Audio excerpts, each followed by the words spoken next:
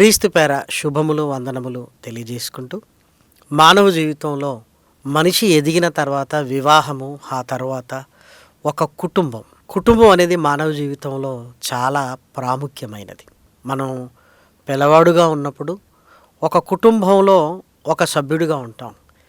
ఎదిగిన తర్వాత ఒక కుటుంబముగా మారినప్పుడు ఒక భర్తగా, ఒక తండ్రిగా కుటుంబంలో నీ ప్రాధాన్యత, నీ ప్రాముఖ్యత విలువైనది అని పరిశుద్ధ గ్రంథంలో దేవుడు తెలియజేస్తున్నాడు.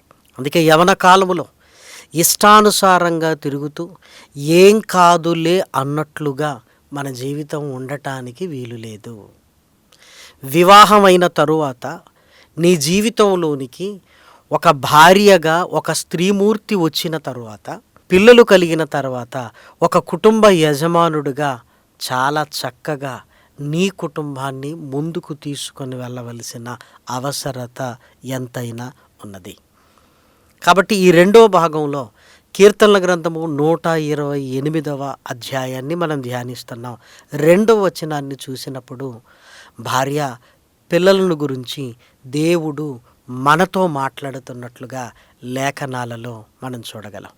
దయచేసి పరిశుద్ధ గ్రంథాన్ని తెరిచి కీర్తనల గ్రంథము 128వ అధ్యాయము 2వ వచనాన్ని చూడండి.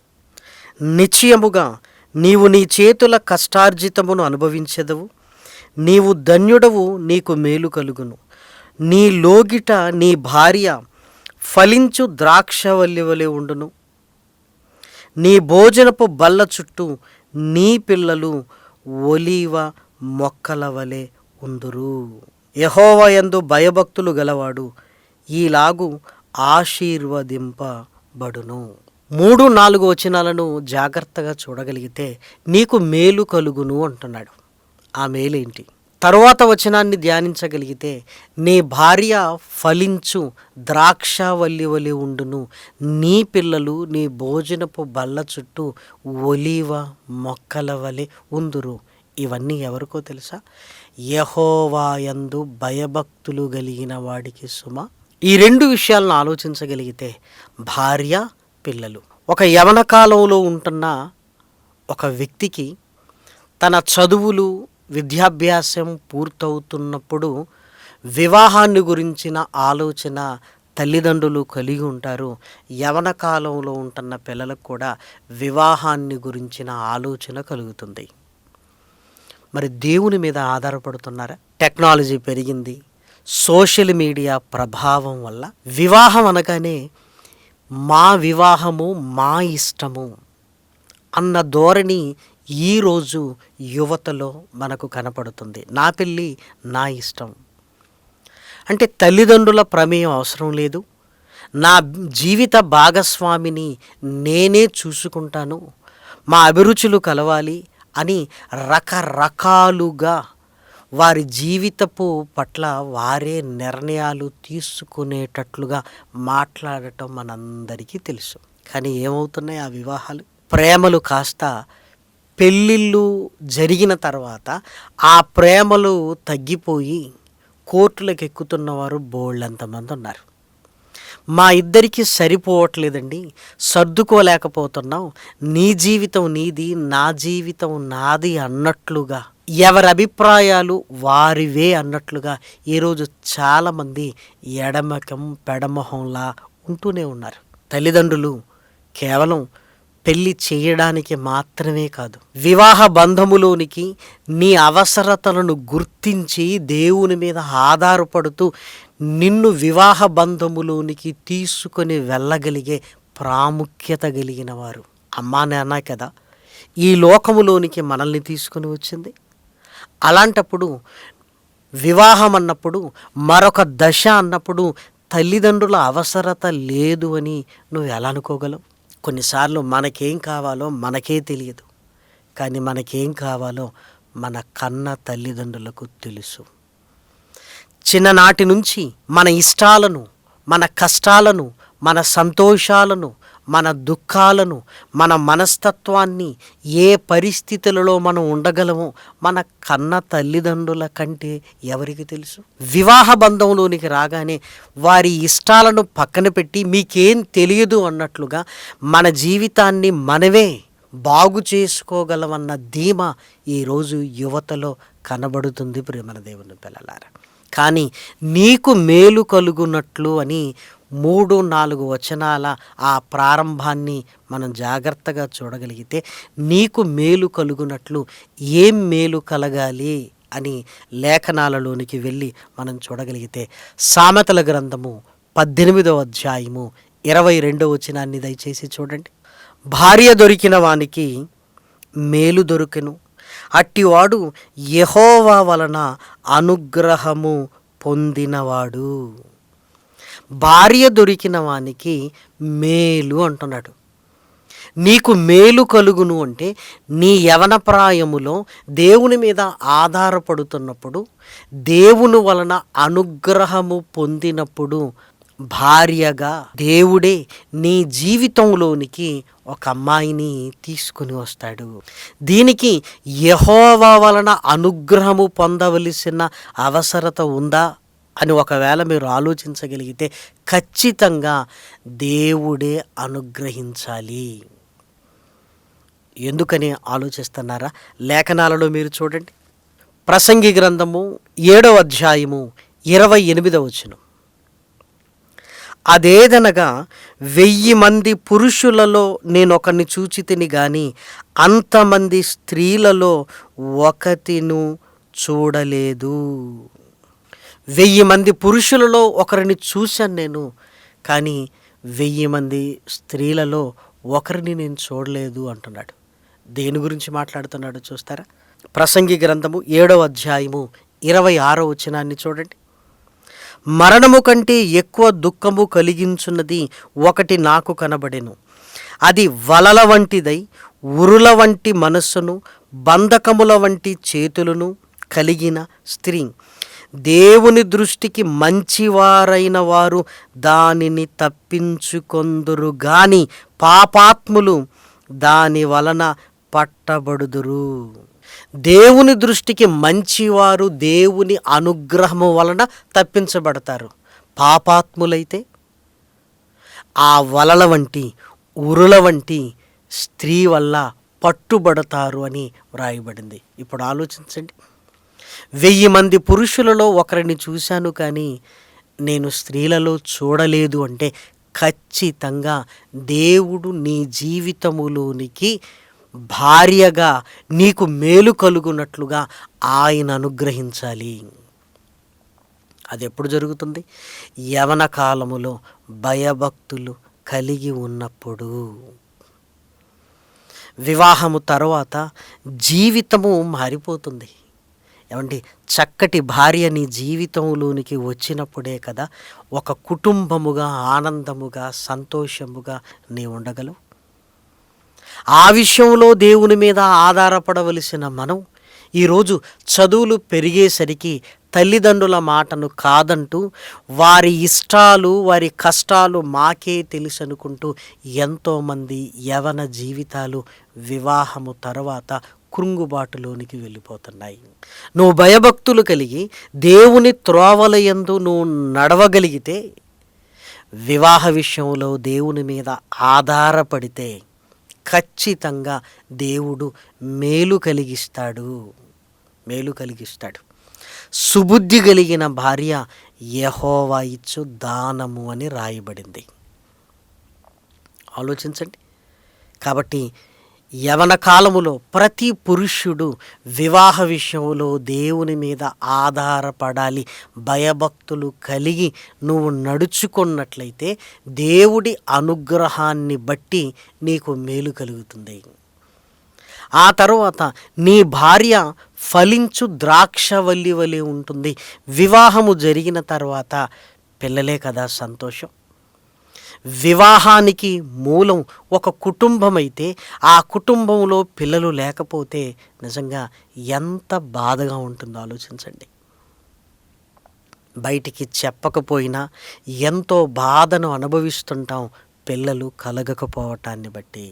ఫంక్షన్స్కి వెళ్ళినప్పుడు అందరూ అలవోకగా పిల్లలు ఎంతమంది అంటే ఒకరికి ఇద్దరికి చెప్పి పిల్లలు లేరు అని చెప్పి ఇక చెప్పటం ఇష్టం లేక ఫంక్షన్లకు బంధువుల దగ్గరికి వెళ్ళటం మానేసిన వారు ఎంతోమంది. పిల్లలు లేరు అనగానే డాక్టర్ సలహాలను మనకు చెబుతూ పలాని దగ్గరికి వెళ్ళండి, పలాని దగ్గరికి వెళ్ళండి, పలాని దగ్గరికి వెళ్ళండి అని మనలో ఉంటున్న లోపాలను వాళ్ళు ఊహించి మాట్లాడుతున్నప్పుడు ఒక పురుషుడిగా ఎంత వేదన చెందుతాం. దయచేసి మీరు ఆలోచించండి. డాక్టర్ల దగ్గరికి వెళ్ళి పరీక్షలు చేయించుకొని, ఇదిగో నా భార్యకు సరిగా లేదు, లేదంటే నా ఆరోగ్యం సరిగా లేదు అన్న ఆ మాటలను బట్టి ఒకరి పట్ల ఒకరికి విరక్తి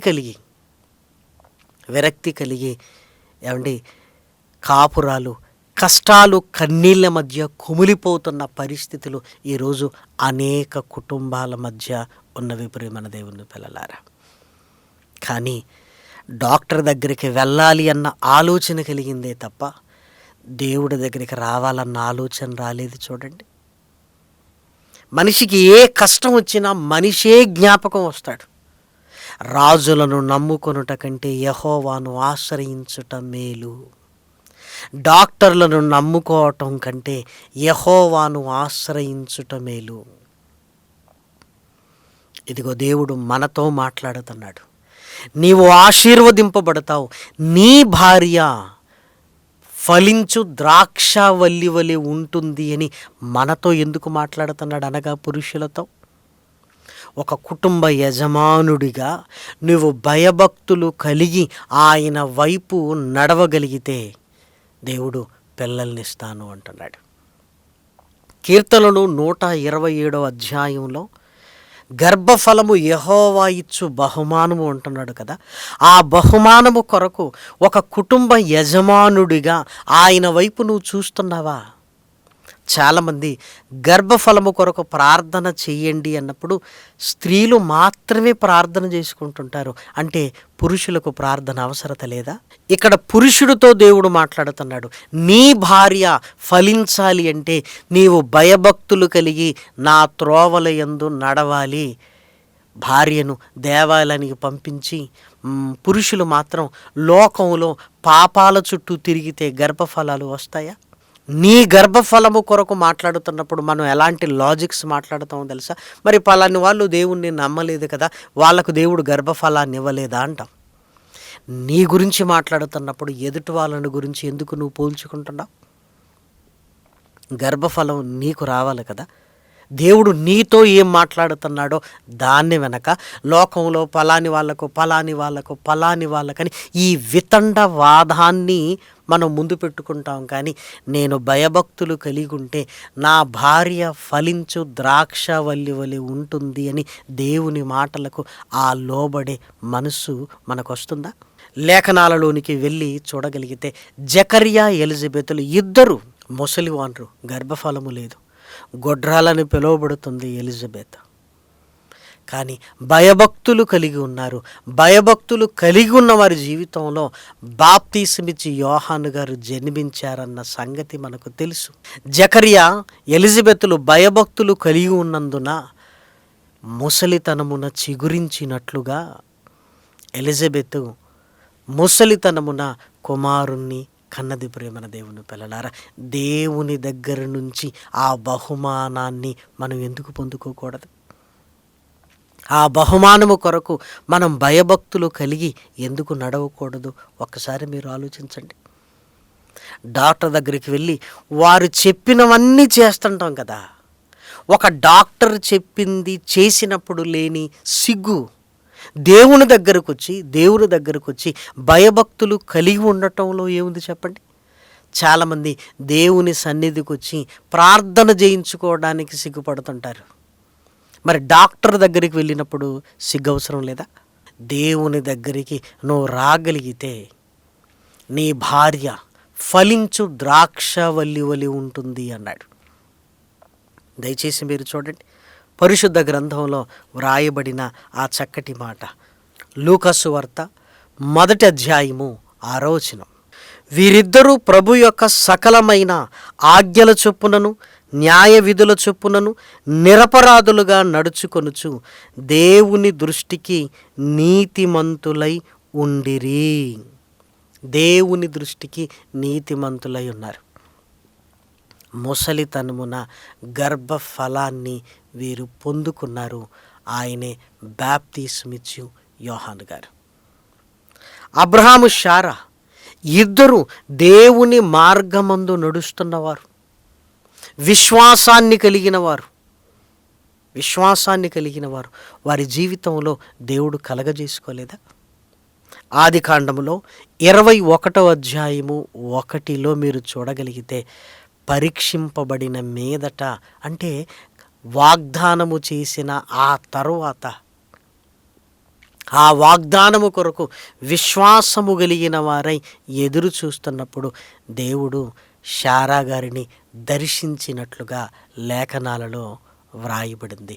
ఆదికాండము 21వ అధ్యాయము 1వ వచనాన్ని దయచేసి చూడండి. యెహోవా తాను చెప్పిన ప్రకారము శారాను దర్శించెను. యెహోవా తానిచ్చిన మాట చొప్పున శారాను గూర్చి చేసెను. ఎట్లనగా దేవుడు అబ్రహాముతో చెప్పిన నిర్ణయ కాలములో శారా గర్భవతి అయి అతని ముసలితనమందు అతనికి కుమారుణ్ణి కనెను. జకర్యా ఆయన త్రోవల యందు నడుస్తూ భయభక్తులు కలిగి ఉన్నాడు. భార్య ఫలించింది. అదేవిధంగా అబ్రహాము భయభక్తులు కలిగి దేవుని త్రోవల యందు నడుస్తున్నాడు. శారా ఫలించు ద్రాక్షవల్లి వలె ఉంది. ఇంకా మీరు చూడగలిగితే, ఇస్సాకు వివాహ అనంతరము రెబెకా గారు కూడా గొడ్రాలుగా పిలువబడింది.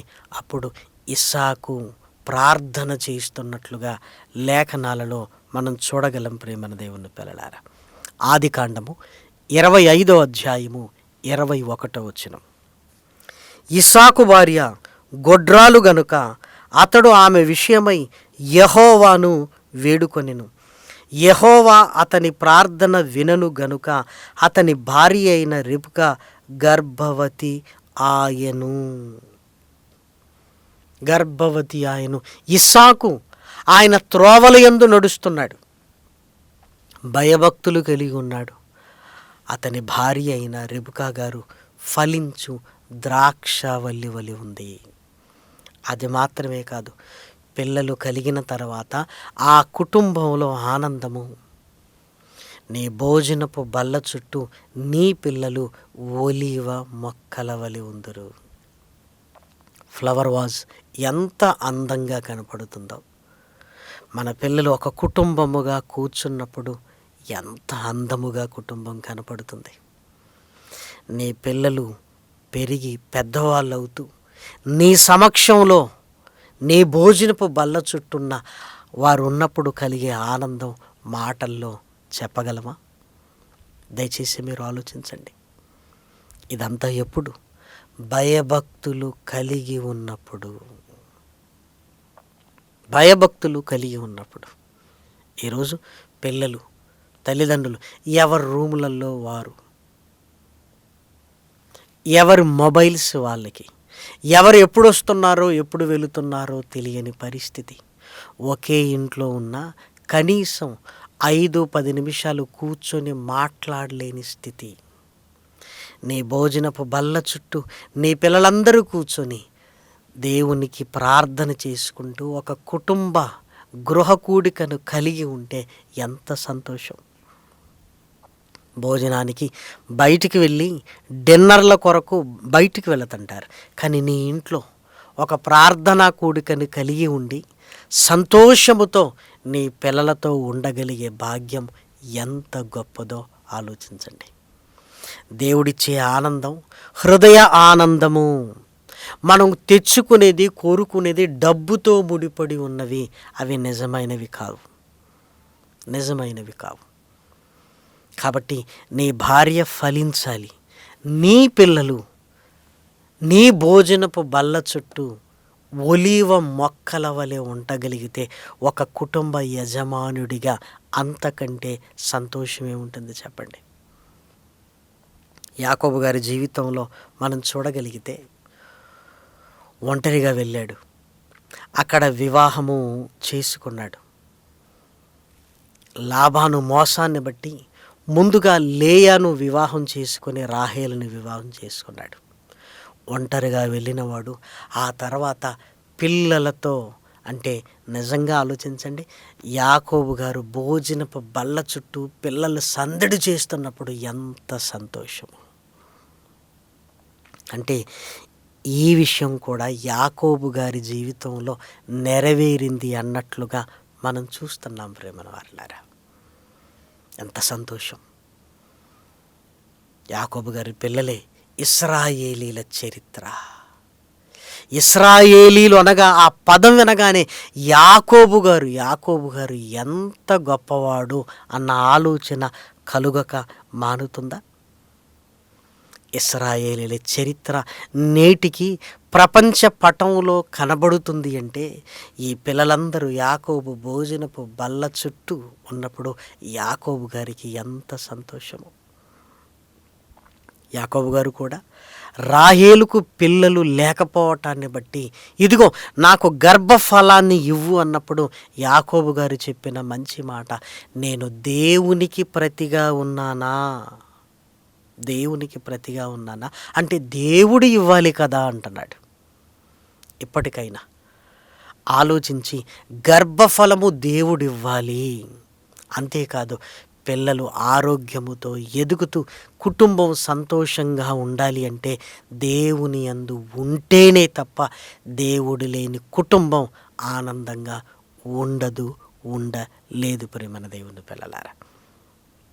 దయచేసి ఆ మాట కూడా మనం చూడగలిగితే ఆదికాండము 30వ అధ్యాయము 1వ వచనం, రాహేలు తాను యాకోబునకు పిల్లలు కనకపోవుట చూచి తన అక్కయందు అసూయపడి యాకోబుతో, నాకు గర్భఫలమిమ్ము, లేని ఎడల నేను చచ్చెదనెను. యాకోబు కోపము రాహేలు మీద రగులు కొనగా అతడు, నేను నీకు గర్భఫలము ఇయ్యకపోయినా దేవునికి ప్రతిగా నున్నానా అనెను. నేను దేవునికి ప్రతిగా ఉన్నానా? మీరు ఆలోచించండి. దయచేసి దేవుని వైపు చూడాలి. దేవుని వైపు చూడటం అంటే యెహోవా యందు భయభక్తులు కలిగి ఆయన త్రోవల యందు నడవాలి. చాలా కుటుంబాలలో ఇంకా మారని పురుషులు కనపడుతుంటారు, మారని భార్యలు కనపడుతుంటారు. మరలా అన్నీ కావాలి. దేవుడు నీ జీవితంలో కలగజేసుకోవాలి అంటే నీ జీవితాన్ని ఆయన చేతుల్లో పెట్టు. నీ వివాహ విషయంలో ఆయన నిర్ణయానికి లోబడు. గర్భఫలం విషయంలో ఆయన మీద ఆధారపడు. నీ పిల్లల ఆరోగ్య విషయంలో ఆయన మీద ఆధారపడు. రక్షణలోనికి వచ్చి చక్కగా ప్రతి దినము భోజనానికి ముందు ఒక ప్రార్థనను కలిగి ఉండగలిగితే నిజంగా ఎంత సంతోషముతో మన కుటుంబము ముందుకు వెళ్ళగలదో దయచేసి ఒక్కసారి ఆలోచించండి. యాకోబు గారి పిల్లలు వారు వర్ధిల్లటం, వారు గొప్పవారు అవ్వటం యాకోబు గారు చూశాడు. ప్రేమన దేవుని పిల్లలారా, ఇంత గొప్ప ఆధిక్యత ఎందుకు వచ్చింది? యాకోబు యెహోవా యందు భయభక్తులు కలిగి ఆయన త్రోవల యందు నడిచాడు గనుక. కాబట్టి ఈ రెండవ మాట మన జీవితంలో నెరవేరాలంటే రక్షణలోనికి రావాలి, ఆయన త్రోవల యందు నడవాలి. అప్పుడు నీకు మేలు కలుగునట్లు నీ భార్య ఫలించు ద్రాక్షవల్లి వలె ఉంటుంది. నీ పిల్లలు నీ భోజనపు బల్ల చుట్టూ ఒలీవ మొక్కల వలె ఉంటారు. యెహోవా యందు భయభక్తులు కలిగిన వాడు ఈ విధంగా ఆశీర్వదింపబడును అని లేఖనాలలో రాయబడింది. ఈ విధంగా నేను ఆశీర్వదింపబడాలి. కాబట్టి ఇదిగో రాహేలు ఎప్పుడైతే దేవుని వైపు చూసిందో రాహేలు కూడా గర్భఫలమును పొందుకుంది. కాబట్టి గర్భ ఫలాల కొరకు ఒకరినొకరు నిందించుకోకుండా దేవుని వైపు చూడాలి. మన కుటుంబాలలో శాంతి, సమాధానము, సంతోషము నిండుకోవాలి. ఆశీర్వదింపబడిన కుటుంబముగా మన కుటుంబము ఉండాలి అని ప్రభు ప్రేమను బట్టి మిమ్మల్ని కోరుకుంటూ ఈ మాటలు నేను ముగిస్తున్నాను. ప్రార్థన చేసుకుందాం. మహాకృపయు కనికరము కలిగిన మా కన్న తండ్రి, ఘనమైన ఉన్నతమైన నీ నామమునకు స్తుతులు స్తోత్రములు చెల్లిస్తున్నా. విలువైన నీ మాటలనైనా లేఖనాల ద్వారా విన్నా. వివాహ విషయములోను, కుటుంబ విషయములోను భయభక్తులు కలిగినైనా నీ త్రోవలు యందు నడవగలిగే స్థితిని నాయన ఈ మాటలు విన్న నీ పిల్లలందరికీ నాయన ఆలోచన కలిగించండి. వెతబడిన వాక్యమునైనా హృదయములో నుంచి దొంగిల్లక నాయన వెంటనే వారి ప్రవర్తనలోనికి రాగలిగే నీ ఆత్మ నడిపింపును అనుగ్రహించండి. శాశ్వత ప్రేమ టీవీ కార్యక్రమాలు అనేకులకు దేవనకరముగా నాయన ముందుకు తీసుకొని వెళ్ళండి తండ్రి. ఈ కార్యక్రమం కొరకు ప్రయాసపడుతున్న నాయన సాంకేతిక వర్గాన్ని దీవించండి తండ్రి. ప్రార్థనా సహాయాన్ని కోరిన నీ పిల్లలకు నాయన ఫలాన్ని అనుగ్రహించండి. ఈ కార్యక్రమంలో కొరకు నాయన సహాయ సహకారాలు అందిస్తున్న నీ పిల్లలకు నాయన నూరంతల ఫలాన్ని అనుగ్రహించండి తండ్రి. ఈ నూతన సంవత్సరములో తండ్రి ఈ కార్యక్రమాలు మరింతగా నాయన వృద్ధిలోనికి తీసుకుని రమ్మని మిమ్మల్ని కోరుకుంటూ అనేకులకు ఆశీర్వాదకరముగా నాయన ఈ మాటలు నీ ఆత్మ సహాయముతో నాయన వారి కుటుంబాలలో నిలుపమని ప్రాధేయపడద్దు. క్రీస్తు నామము నీ ప్రార్థన అడిగి వేడుకొనుచున్నాము తండ్రి, ఆమేన్. పరమ తండ్రి అయిన దేవుని ప్రేమయు, కుమారుడైన యేసు క్రీస్తు కృపయు, పరిశుద్ధాత్మ యొక్క అన్యోన్యమైన సహవాసము ఇప్పుడును ఎల్లప్పుడూ సదాకాలము మనందరికీ తోడయుండునుగాక. ఆమేన్. అందరికీ వందనాలు. స్వార్థం లేనిది ప్రేమ, అన్నీ ఓర్చును ప్రేమ. డంబం లేనిది ప్రేమ, అపకారమునే మరచును ప్రేమ. ఉప్పొంగని గుణమే ప్రేమ, కోపం నిలుపదు ప్రేమ. అన్నీ దాడును ప్రేమ, మత్సరమే పడనిది ప్రేమ. దయనే చూపును ప్రేమ, గరికే చేచును ప్రేమ. సహనం